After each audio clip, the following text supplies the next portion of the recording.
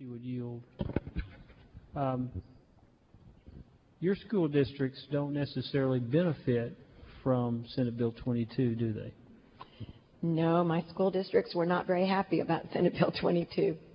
And I believe you should be congratulated for your courage and your ability to look at the state, as you always have, as a whole. But that was a major decision for you to move forward, even with a proposal that was not necessarily in the best interest of your constituents, but what you felt was in the best interest of the rest of the state. And I appreciate that, and I want to congratulate you. Thank you, and I appreciate you saying that.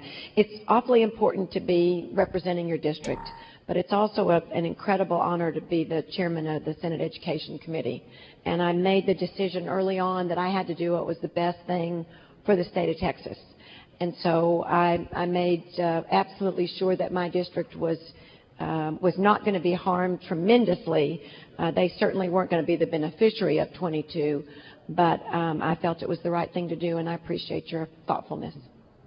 Thank you.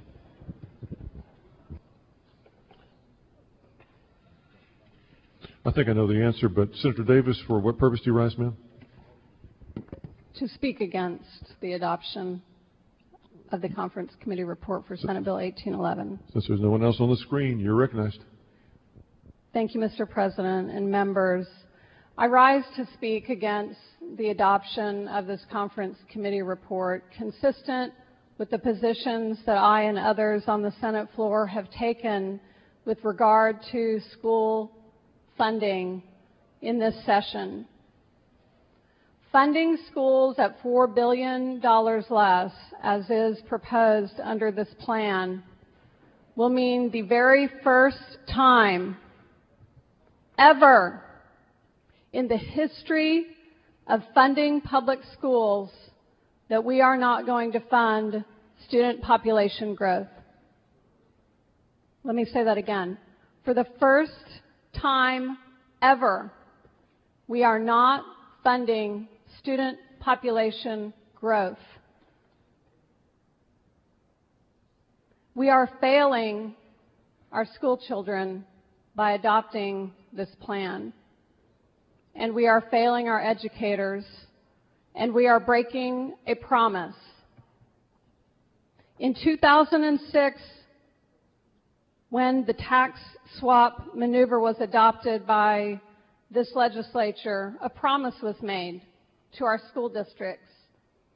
If you will depress your property tax rates and collect less at the local level, we will make up the difference.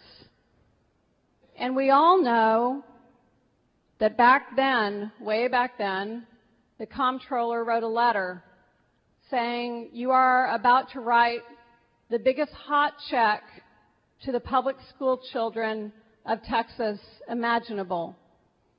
And she laid out what it would look like in the coming years. And what she laid out came true. And we know that when we started this session, at the very beginning of this session in the Public Finance Committee hearings, our current comptroller came and said that as a result of that tax swap and as a result of the undercollection in what was to fill the hole by the compression in the property tax rate, we were starting this session $10 billion in the hole. Wouldn't matter if we were in a great economy or a poor economy. The decision that was made in 2006 landed us squarely where we are today. And when we started the session, with great admiration, I listened to Senator Ogden as he gave his acceptance speech to become our President pro tempore. And he said that he was committed, and I know he was sincere about this. He was committed to fixing that problem. And we haven't done anything, not a tiny little thing, to fix that problem in the plan that's being advanced today. And what does that mean? it means something very real. Thousands of school teachers across Texas are losing their jobs. The school districts that I represent and that all of you represent will have millions of dollars less in which to do the very difficult job it is that we ask them to do. In response to some of their concerns, I've heard some of the members say, well, they can use their reserve fund. But we have a reserve fund.